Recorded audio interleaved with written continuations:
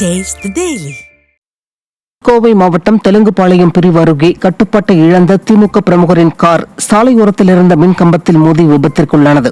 திமுக பிரமுகர் ஒருவர் அரசு நிகழ்ச்சியில் கலந்து கொள்ள தனது காரில் வேகமாக சென்றதாக தெரிகிறது.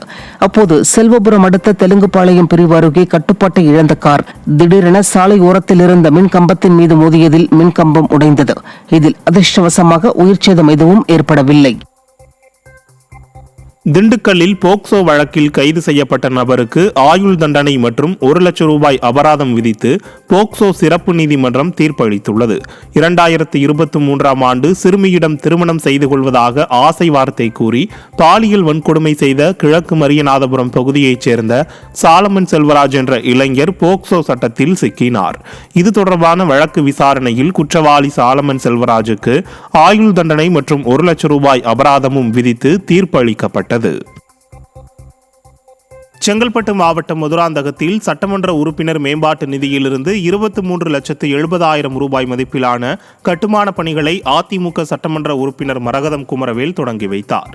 மதுராந்தகம் வடக்கு ஒன்றியத்திற்குட்பட்ட வையாவூர், புக்கத்துறை ஆகிய பகுதிகளில் 2 பேருந்து நிழற்குடை அமைத்தல், குமாரவாடி பகுதியில் கலையரங்கம் கட்டுதல் ஆகிய பணிகளை பூமி பூஜை செய்து தொடங்கி வைத்து பொதுமக்களுக்கு இனிப்புகளை வழங்கினார். திருப்பூர் மாவட்டம் காங்கேயம் வட்டாட்சியர் அலுவலகத்தில் செயல்பட்ட சார் பதிவாளர் அலுவலகத்தை கடந்த மார்ச் மாதம் இடித்ததை தொடர்ந்து புதிய கட்டிடம் கட்ட நீர்நிலைகள் ஆக்கிரமிக்கப்பட்டுள்ளதாக குற்றச்சாட்டு எழுந்துள்ளது. தற்போது இடவசதி இல்லாத திருப்பூர் சாலையில் சார் பதிவாளர் அலுவலகம் இயங்கி வருகிறது.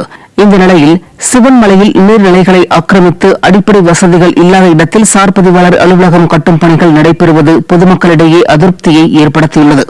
காங்கேயம் பகுதியில் சார் பதிவாளர் அலுவலகம் அமைவது நிர்வாகத்திற்கும் பொதுமக்களுக்கும் வசதி என பலரும் கூறி வருவது குறிப்பிடத்தக்கது. கடலூர் மாவட்டம் விருத்தாச்சலம் புறவழிச்சாலை கழிவுகளை கொட்டும் இடமாக மாறி வருவதால் பொதுமக்கள் அவதியடைந்து வருகின்றனர். விருத்தாச்சலம் நகரத்திற்குள் கனரக வாகனங்கள் வருவதை தவிர்க்கும் வகையில் நகரத்தை சுற்றி புறவழிச்சாலை அமைக்கப்பட்டுள்ளது. இந்நிலையில் இப்பகுதியில் சமூக விரோதிகள் கோழி இறைச்சி கழிவுகள், ஹோட்டல் கழிவுகள், கட்டிட கழிவுகள் ஆகியவற்றை கொட்டி வருவதால் நோய் தொற்று ஏற்படும் அபாயம் உள்ளதாக மக்கள் அச்சம் தெரிவிக்கின்றனர். நிர்வாகத்திறனற்ற ஸ்டாலின் அரசின் நகராட்சி நிர்வாகம் இதுகுறித்து நடவடிக்கை எடுக்காமல் கைகட்டி வேடிக்கை பார்ப்பதாக குற்றச்சாட்டு எழுந்துள்ளது. நீலகிரியில் வேட்டை தடுப்பு காவலர்களை ஒப்பந்த ஊழியர்களாக மாற்றுவதற்கு எதிர்ப்பு தெரிவித்து ஊழியர்கள் வேலை நிறுத்தத்தில் ஈடுபட்டனர்.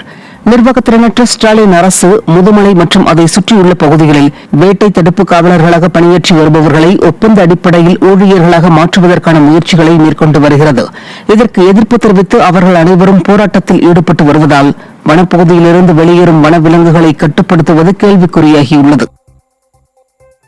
கரூர் மாநகராட்சிக்குட்பட்ட அண்ணாநகர் பகுதி பைப் லைனில் ஏற்பட்ட உடைப்பில் இருந்து பிங்க் நிற கழிவுநீர் வெளியேறியதால் பொதுமக்கள் அச்சமடைந்துள்ளனர்.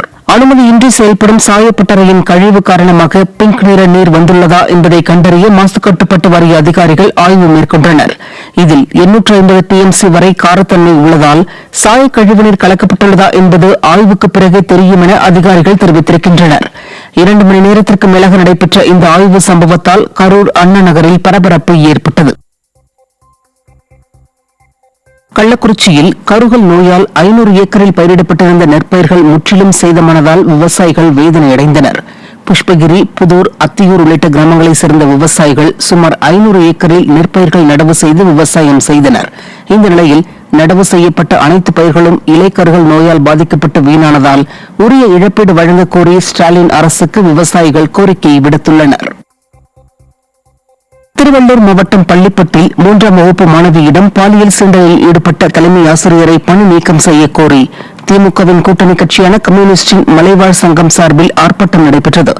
ஆஞ்சநேயர் நகர் பகுதி ஊராட்சி ஒன்றிய தொடக்கப்பள்ளியில் பயிலும் 3ஆம் வகுப்பு படிக்கும் பட்டியலின மாணவிக்கு பாலியல் தொல்லை கொடுத்த தலைமை ஆசிரியர் செங்கல்வராயன் நீண்ட போராட்டத்திற்கு பின்னர் 15 நாட்கள் கழித்து போக்சோ சட்டத்தில் சிறையில் அடைக்கப்பட்டார்.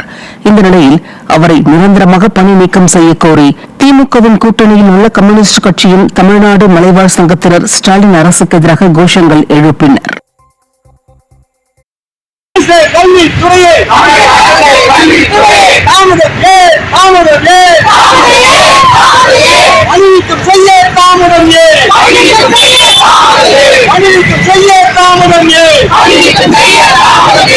ஊர்ல இருந்து